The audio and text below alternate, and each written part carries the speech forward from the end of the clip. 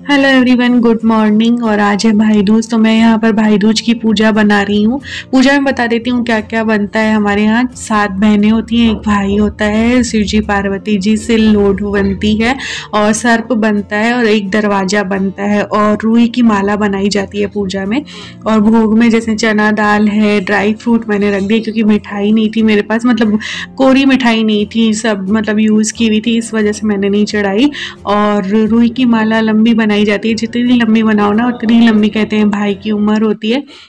तो मैं हमेशा ही कोशिश करती हूँ कि लंबी से लंबी माला बनाऊँ, मेरी यही कोशिश रहती है। Everyone, welcome back to Shipra's world, यानी कि शिप्रा की दुनिया में आप सभी का स्वागत है। और अभी जैसा कि आपने देखा, मैं पूजा कर रही थी भाई दूज की।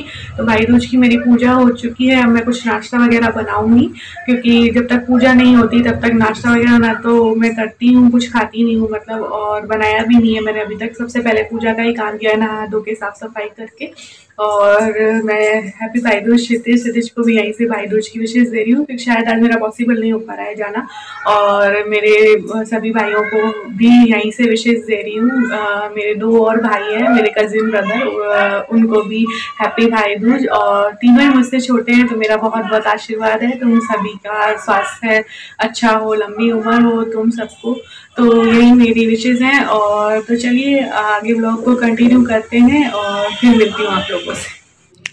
पूजा वगैरह होने के बाद नाश्ता वगैरह भी हो गया था हमारा, और इवन मैंने खाना भी बना लिया था यहाँ पर। तो मैं यहाँ पर अब बस सारी चीज़ें जो लगाई थी ना दिवाली पे, कुशन कवर वगैरह नए, वो सब हटा रही हूँ, क्योंकि अब वो जैसे राम राम भी निकल चुकी है, दिवाली भी निकल चुकी है, तो अब कोई आना भी नहीं है। तो मैंने कहा चलो सारी चीज़ें हटा देती हूँ और इन सब चीज़ों को ना बॉक्स में रख देती हूँ, क्योंकि ना अलमारी में मेरे वैसे भी जगह नहीं है, इतनी सारी चीज़ें हैं। तो मैंने कहा चलो बॉक्स में सारी चीज़ों को रख देती हूँ।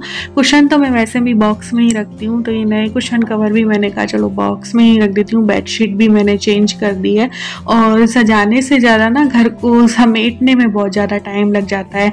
सजाने में तो क्या है, दिवाली आने वाली होती है तो हम लोगों को क्रेज भी बहुत होता है कि दिवाली है, चलो सजाना है सजाना है। इस चक्कर में ना बहुत सारी चीज़ें भी निकल जाती हैं और घर फिर बहुत ज़्यादा हैवी सा भी हो जाता है। तो मैंने कहा चलो फटाफट से इसको समेट भी देते हैं, फेस्टिवल वैसे भी जा चुका है। तो मैंने सारी चीज़ें समेट के रख दी हैं, और ये बेडशीट वगैरह सब बॉक्स में मैंने डाल करके रख दी हैं। आफ्टरनून फ्रेंड्स, और अभी मैं सारे काम से फ्री हो चुकी हूँ। खाना वगैरह हमारा सब हो चुका है, पूजा मॉर्निंग में हो ही गई थी। और आज जैसा कि आप लोगों ने देखा, मैंने सारे बेडशीट भी चेंज किया, पुराना बेडशीट लगाया, कुशन कवर वगैरह सब हटाए, कुशन को भी रखा, क्योंकि कमरा ना हैवी हैवी हो जाता है, तो फिर उसमें मतलब बहुत ज़्यादा हैवीनेस हो जाती है ना, तो नींद वगैरह भी नहीं आती है। और हटाने तो थे, फिर वो ख़राब हो जाते हैं धीरे धीरे, धूल मिट्टी चढ़ने लग जाती है नई चीज़ों में। तो मैंने कहा चलो आज हटा देती हूँ इन सब चीज़ों को, और रूम को भी हल्का कर लेती हूँ नॉर्मल सा। तो वो सारी चीज़ें मैं बॉक्स में रख दी, और बाकी सारे काम भी हो चुके हैं मेरे। और अभी दिवाली चली गई, दिवाली के साथ साथ सारी एनर्जी भी चली गई, बिल्कुल सुस्त सुस्त सी बॉडी हो गई है। नेक्स्ट डे से ही ऐसा हो जाता है, दिवाली तक तो एनर्जी रहती है, पूजा भी करनी होती है, रंगोली भी बनानी होती है, और खूब सारे काम भी होते हैं। और वो एनर्जी जो है दिवाली से 1 या 2 महीने पहले ही आ जाती है, और लेकिन जब दिवाली जाती है ना तो नेक्स्ट डे ही सारी एनर्जी भी लेके चली जाती है। तो अभी सारी एनर्जी जा चुकी है और बिल्कुल सुस्त सी हो गई हूँ मैं। और अब सर्दियाँ भी आ गई हैं हमारे यहाँ पे, मतलब हल्की हल्की सर्दी आ चुकी है, और आज तो धूप भी नहीं निकली है। और जयपुर में तो कल या परसों ओले भी पड़े हैं, मतलब बारिश हुई, फिर ओलावृष्टि भी हुई है। तो जयपुर में जब बारिश वगैरह होती है तो यहाँ भी ठंड आती है, क्योंकि ज़्यादा डिस्टेंस नहीं है जयपुर बीकानेर का, इस वजह से। तो अभी सर्दियाँ भी आ गई हैं। आपके यहाँ पे कैसा मौसम है बताना, और आप लोगों ने कैसे मनाई दिवाली ये भी ज़रूर बताना कमेंट्स के ज़रिए। और अभी बहुत ज़्यादा थकान सी हो रही है, तो मैं सोच रही हूँ थोड़ी देर सो जाऊँगी, रेस्ट करूँगी। फिर अभी मेरे बर्तन भी बाकी हैं, और किचन बस ओनली साफ़ किया है, बर्तन वगैरह कुछ भी नहीं किए, कपड़े धोए हैं सिर्फ। तो मैं सोच रही हूँ थोड़ा सा रेस्ट कर लूँ, क्योंकि बहुत थकान सी हो गई है इन दिनों, बहुत ज़्यादा थकान हो गई। क्योंकि थकान भी हो गई बहुत ज़्यादा, दिवाली के चक्कर में साफ़ सफाइयाँ भी करनी थी, घर को सजाना भी था, नमकीन मिठाई वगैरह भी बनानी थी, सभी करना था, सारी तैयारियाँ करनी थी। तो इस वजह से इतनी ज़्यादा थकान हो गई थी। तो अब धीरे धीरे जाएगी ये थकान भी, जैसे जैसे रेस्ट करेंगे वैसे थकान जाएगी, लेकिन सर्दियाँ आ जाएंगी तो फिर वो दिक्कत हो जानी। तो चलिए फ्रेंड्स, अभी तो थोड़ा सा रेस्ट करूँगी, फिर व्लॉग को कंटिन्यू करेंगे। शाम को देखते हैं क्या बनाते हैं, कुछ अच्छा बनाया तो रेसिपी ज़रूर आप सबसे शेयर करूँगी। तो अभी थोड़ी देर रेस्ट करूँगी और फिर मिलूँगी आप लोगों से। तो रेस्ट वगैरह करने के बाद ना मैं यहाँ पर किचन में आ गई हूँ और टाइम हो चुका है लगभग यहाँ पर 4 साढ़े 4 का टाइम हो चुका है। बन रही है यहाँ पर चाय, और आज ना कुल्हड़ में चाय पीने का मन हो रहा है इनका और मेरा दोनों का ही, क्योंकि दिवाली से पहले ये कुल्हड़ लिए थे चाय के लिए और उसके बाद से यूज़ ही नहीं। फ्रेंड्स देखिए, यहाँ पे बनेगी आज, पियेंगे आज कुल्हड़ वाली चाय। तो चाय मैंने चढ़ा दी है, कुल्हड़ भी निकाल लिए हैं, और ये देखिए चाय भी चढ़ चुकी है। इसको खूब अच्छे से उबालेंगे, इसमें अदरक वगैरह सब डालेंगे, फिर मज़ा आएगा चाय का। और स्पेशली कुल्हड़ वाली चाय का तो मज़ा ही कुछ और होता है। तो चलिए फटाफट से कुल्हड़ वाली चाय बनाते हैं, फिर मिलती हूँ आप लोगों से।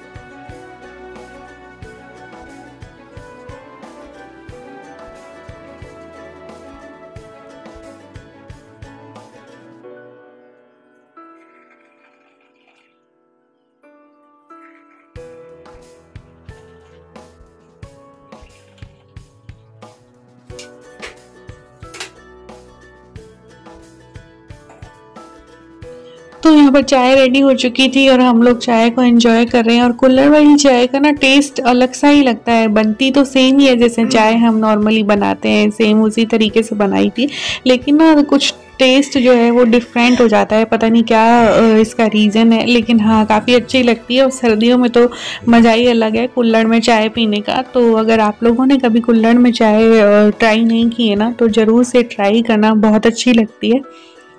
और अभी मैं बना रही हूँ स्टफ्ड हरी मिर्ची। तो ये भरवा हरी मिर्ची के लिए ही होती है। इस तरीके की जो मिर्ची होती है ना, तीखी नहीं होती है।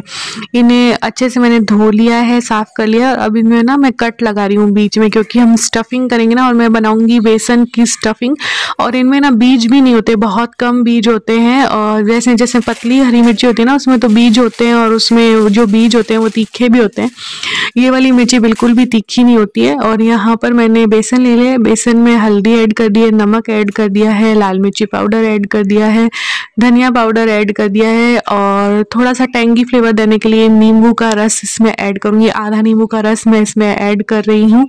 इन सभी चीज़ों को हाथों की सहायता से अच्छे से हमें मिक्स कर लेना है। आप देख सकते हैं इस तरीके से मिक्स कर लेना। और अब मैं इसमें थोड़ा सा ऑयल डालूंगी। आप चाहें तो इसे रोस्ट भी कर सकते हैं हल्के से ऑयल में, लेकिन ज़रूरत नहीं होती है, क्योंकि ये जो बेसन होता है ना, वो मिर्ची के साथ ही भुन जाता है। वैसे कुछ कुछ लोग इसे पहले भून भी लेते हैं बेसन को, लेकिन मैं नहीं भूनती हूँ, उससे थोड़ा टेस्ट अजीब सा हो जाता है।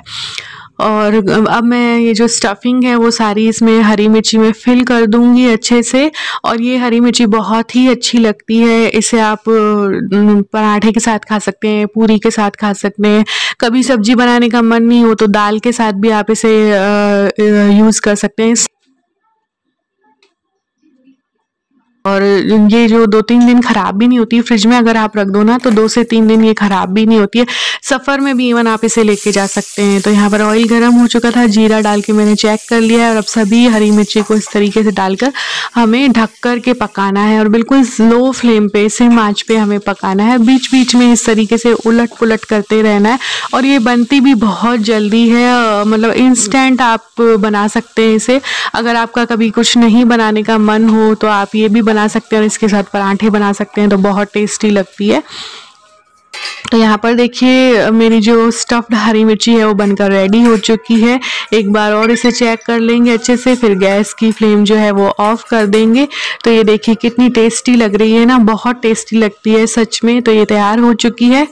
तो फ्रेंड्स अभी इवनिंग टाइम हो चुका है, और अभी मैं दिया वगैरह करके आई हूँ, क्योंकि 5 दिन दिए जलते हैं ना, तो दिए वगैरह में लगा के आई हूँ, और मंदिर में भी आरती वगैरह करके आ गई हूँ।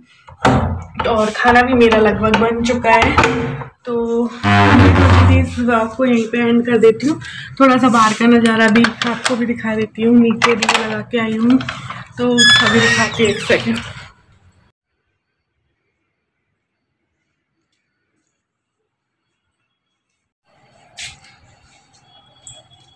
तो दिवाली जाते ही ना सारी रौनक भी चली जाती है, बिल्कुल सूना सूना सा हो जाता है एकदम से। नहीं तो क्या, रौनक भी रहती है, आसपास के घरों में भी रौनक रहती है, और मार्केट वगैरह में सब में रौनक रहती है। तो एकदम से अभी भी कुछ कुछ लोग तो पटाखे अभी भी छुड़ा रहे हैं। तो रौनक वगैरह सब चली गई, सभी सुस्त सुस्त से हैं। हल्का फुल्का मैंने खाना भी बना लिया है। 1-2 दिन से अब रेस्ट मोड पे ही रहेंगे, फिर वापस से अपनी रूटीन लाइफ में आ ही जाएंगे। तो चलिए फ्रेंड्स, इस व्लॉग को मैं यहीं एंड करना चाहूँगी। व्लॉग आपको कैसा लगा मुझे ज़रूर बताइएगा। मिलेंगे फिर किसी अच्छे से व्लॉग के साथ और फुल ऑफ एनर्जी के साथ। तो चलिए मिलते हैं नेक्स्ट व्लॉग में, तब तक के लिए बाय बाय, टेक केयर।